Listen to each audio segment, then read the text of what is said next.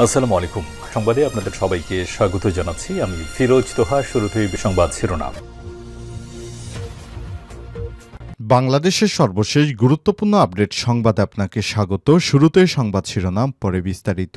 শুরুতেই জানাবো, বাংলাদেশে ভারত ও পাকিস্তানপন্থী রাজনীতির ঠাঁই হবে না বললেন নাহিদ। নতুন রাজনৈতিক দল জাতীয় নাগরিক পার্টি এনসিপির আহ্বায়ক নাহিদ ইসলাম বলেছেন, বাংলাদেশে ভারত ও পাকিস্তানপন্থী রাজনীতির ঠাঁই হবে না। আমরা বাংলাদেশকে সামনে রেখে, বাংলাদেশের জনগণের স্বার্থকে সামনে রেখে রাষ্ট্রকে বিনির্মাণ করব। এরপর জানাবো, ক্ষমতা দখলের জন্য রাজনীতি করতে আসেনি বললেন তাসনিম জারা। ক্ষমতা দখলের জন্য জাতীয় নাগরিক পার্টিতে রাজনীতি করতে আসেনি বলে মন্তব্য করেছেন বিখ্যাত চিকিৎসক এবং দলটির সিনিয়র যুগ্ম সদস্য সচিব তাসনিম জারা। এদিকে স্টুডেন্ট ওয়েলফেয়ার ফাউন্ডেশনের বৃত্তিপ্রাপ্ত শিক্ষার্থীদের সংবর্ধনা, মেধা ও মননে উন্নত প্রজন্ম বদলে দিবে বিশ্ব, এই স্লোগানকে সামনে রেখে দিয়ে স্টুডেন্ট ওয়েলফেয়ার ফাউন্ডেশন 2024 সালের অনুষ্ঠিত বৃত্তি পরীক্ষার সংবর্ধনা অনুষ্ঠান 2025 সালের 28শে ফেব্রুয়ারি সম্পন্ন হয়েছে। এবারে জানাবো, হাসিনা দেশের সব প্রতিষ্ঠানকে ধ্বংস করে দিয়ে গেছে বললেন সার্জিস। জাতীয় নাগরিক পার্টির মুখ্য সংগঠক উত্তরাঞ্চলের সার্জিস আলম বলেছেন, হাসিনা দেশের সব প্রতিষ্ঠানকে ধ্বংস করে দিয়ে গেছে। এই ধ্বংস হওয়া রাষ্ট্রটিকে আমরা পুনর্গঠন করব। জানাবো, অনেকে প্রতিদ্বন্দ্বী হিসেবে আওয়ামী লীগকে চায় বললেন নুরুল হক নূর।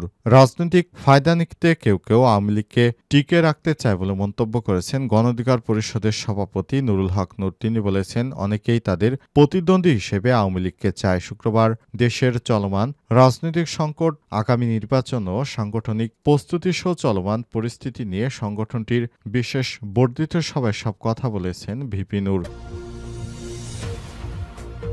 এবং সর্বশেষ জানাবো, নির্ধারিত সময়ে ট্রু প্রমিস 3 অপারেশন বললেন ইরানি কমান্ডার। হুঁশিয়ারিও দিয়েছেন তিনি। ইসরায়েলের ট্রু প্রমিস অভিযানের তৃতীয় পর্যায়ে বা ট্রু প্রমিস 3 নির্ধারিত সময়ের মধ্যে সম্পন্ন করা হবে বলে হুঁশিয়ারি দিয়েছেন ইসলামিক রেভলিউশনারি গার্ড কর্পস আইআরজিসির একজন জ্যেষ্ঠ কমান্ডার। তিনি জানিয়েছেন, তারা যে কোনো সময় আবার দখলদার ইসরায়েলে হামলা চালাবে। প্রিয় দর্শক, এতক্ষণ শুনছিলেন সংবাদ শিরোনাম, এবারে বিস্তারিত। তবে তার আগে বন্ধুরা, অনুরোধ থাকবে সংবাদটিতে একটি লাইক দিন। এই চ্যানেলে আপনি নতুন হয়ে থাকলে আমাদের সংবাদটি দেখতে দেখতে চ্যানেলটি সাবস্ক্রাইব করে রাখুন। কমেন্ট করে বন্ধুরা আপনার মূল্যবান মতামত জানিয়ে দিন আপনি বিশ্বের কোন দেশ থেকে বা বাংলাদেশের কোন স্থান থেকে আমাদের সংবাদটি দেখছেন এবং শুনছেন। এবারে বিস্তারিত। বাংলাদেশে ভারত ও পাকিস্তানপন্থী রাজনীতির ঠাঁই হবে না, উপদেষ্টা নাহিদের সতর্কতা।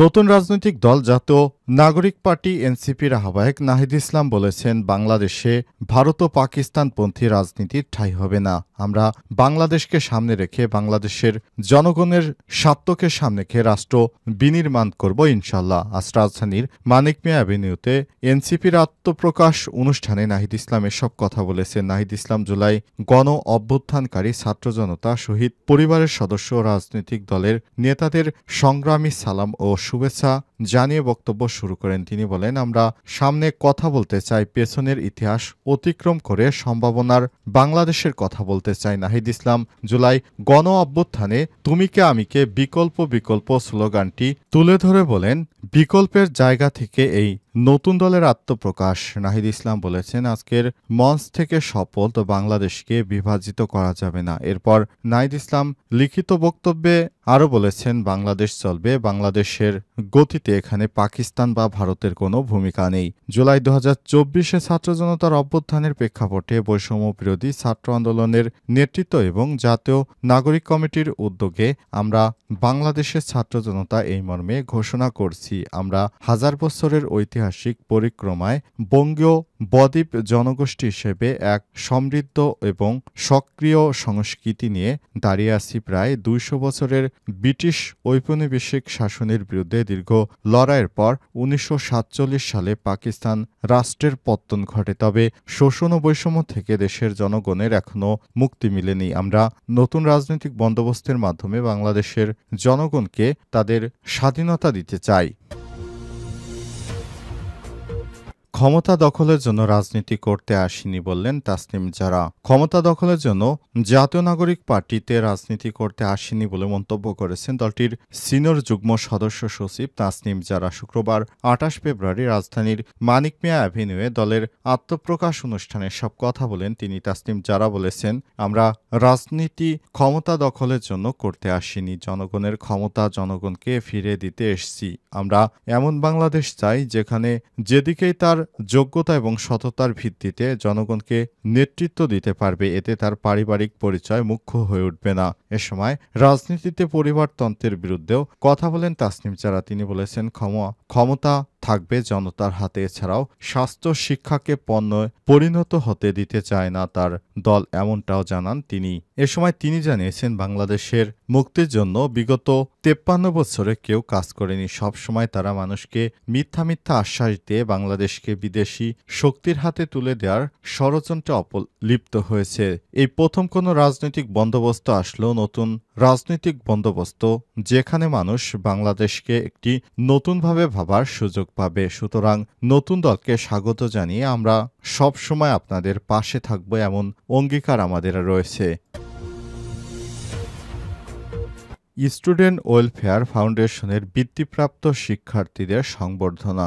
মেধাবননে উন্নত প্রজন্ম বদলে দেবে বিশ্ব স্লোগানকে সামনে রেখে দি স্টুডেন্ট ওয়েলফেয়ার ফাউন্ডেশন ২০২৪ সালে অনুষ্ঠিত বৃত্তি পরীক্ষার সংবর্ধনা অনুষ্ঠান সম্পন্ন হয়েছে। শুক্রবার রাজধানীর Kakrail institute of diploma engineers Bangladesh IDEB এর হলরুমে আয়োজিত অনুষ্ঠানে প্রধান অতিথি হিসেবে উপস্থিত ছিলেন ফাউন্ডেশনের চেয়ারম্যান ডক্টর চৌধুরী মাহমুদ হাসান। ফাউন্ডেশনের পরিচালক আনিসুর রহমানের সভাপতিত্বে বিশেষ অতিথি হিসেবে ঢাকা বিশ্ববিদ্যালয় ম্যানেজমেন্ট ডিপার্টমেন্টের সহযোগী অধ্যাপক আরিফুল ইসলাম অপু, তানজিমুল উম্মাহ ফাউন্ডেশনের চেয়ারম্যান হাবিবুল্লাহ মোহাম্মদ ইকবাল, বাংলাদেশ ডিবেট অ্যাসোসিয়েশনের সভাপতি, সুপ্রিম কোর্টের আইনজীবী আল মামুন রাসেল প্রধান অতিথি হিসেবে বক্তব্যে ডক্টর চৌধুরী মাহমুদ হাসান বলেছেন, শিক্ষার্থীদের একাডেমিক পড়াশোনার পাশাপাশি সৎ ও নৈতিকতা সম্পন্ন মানুষ হতে হবে। নৈতিকতা না থাকলে যত বড়ই শিক্ষিত হোক না কেন, দিন শেষে তার কোনো মূল্য থাকবে না। নিজেকে সেভাবে তৈরি করতে হবে। নৈতিকতাহীন এই পাশ্চাত্য সভ্যতা ধ্বংস অনিবার্য। ফাউন্ডেশনের কার্যনির্বাহী সদস্য SI সাইম সঞ্চালনা অনুষ্ঠানের উপস্থিত ছিলেন ফাউন্ডেশনের সদস্য সচিব রেজাল করিম শাকিল, উপসদস্য সচিব ওবায়দুর রহমান রাকিব সহ বিভিন্ন জন পরিচালকবৃন্দ। হাসিনা দেশের সব প্রতিষ্ঠানকে ধ্বংস করে দিয়ে গেছে বললেন শারজিস আলম।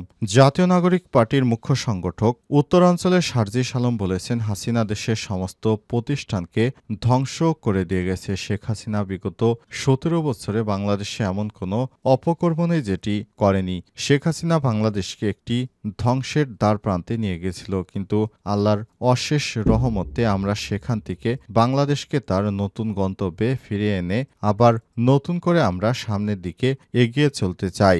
নতুনভাবে দেশকে পরিচালিত করতে আমাদেরকে অনেক বাধার সম্মুখীন হতে হয়েছে। প্রথম থেকে আমরা নতুন করে শুরু করতে চেয়েছি, সেখানে বিএনপি সহ বিভিন্ন রাজনৈতিক দলের বাধা এসেছে। আমরা সেই বাধাগুলোকে কাটিয়ে অবশেষে এমন একটি পর্যায়ে এসে পৌঁছেছি, এখন আমরা সেভাবেই নতুন করে দেশকে এগিয়ে নিতে কাজ করছি।